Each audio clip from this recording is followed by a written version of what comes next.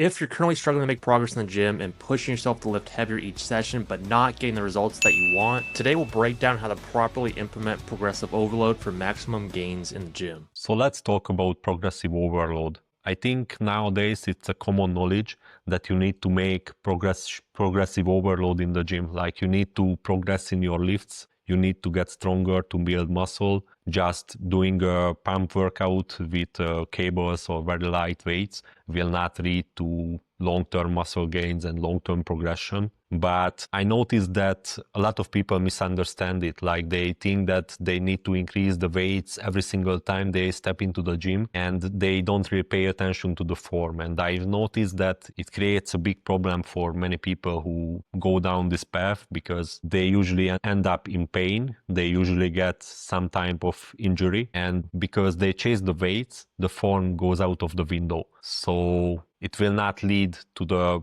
muscle gains, it will not lead to the desired results, because the muscles don't get the tension that they need for growth, and they will just ending up hurting themselves. And yeah, I think this is something that we need to correct here. Let's say you're dumbbell bench pressing 15 pounds, then you go up to 20, then you go 25, then you go 30.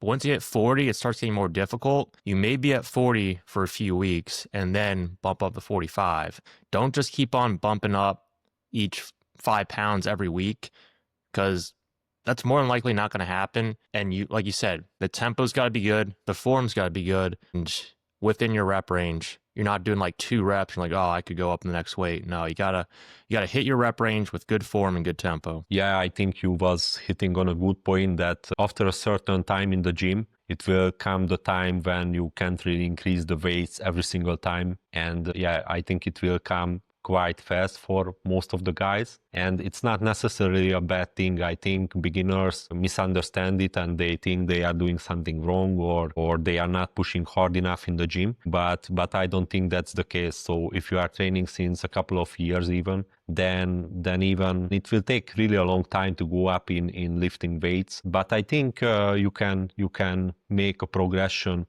almost every single time you step into the gym. So it's also progressive overload if you are bench pressing with, 70 pounds dumbbells also in the next workout, but you are slowing down your reps, you are doing it with a more controlled form and things like that. And also you need to know that your muscles doesn't know how much weight you lift. So it's about the tension that you create on the muscles, and it's not equivalent of the weights you are lifting. Yeah, that constant muscular tension overload each session, and that you are training with a purpose every time you're in the gym. But let's say you do hit that plateau as a seasoned lifter, you're not overweight, you're like, let's say you're like 15% body fat, and you gotta eat. You gotta eat your protein, 1 gram per pound of body weight, and in a slight calorie surplus, like we discussed before, the lean bulk. You gotta be eating in order to put on some more muscle and get stronger. Yeah, and you also can't really force your body to grow. Like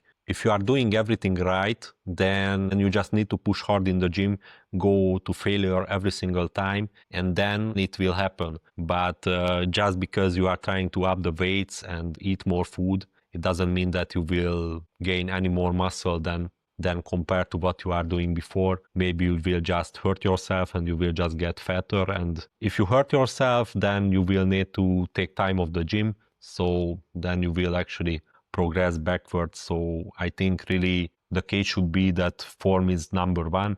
You really need to perfect your form and master every single exercise, and then go for increasing the weights and getting stronger and stronger. Right. And this is why some people need a coach or a trainer in the gym, watch them do their form. Because I've met people that say, oh, I squat 225, and I see their form and it's like barely quarter repping, terrible tempo. And that's exactly why they're not making progress in the gym. Terrible form, ego lifting, and they're not necessarily adding more weight. They just like the satisfaction of lifting 225. But you got to get rid of your ego, take down the weight, form and tempos first, and then increase the weight, progressive tension overload. Yeah, and also just because you are increasing the weights, it doesn't mean that it's a progressive overload.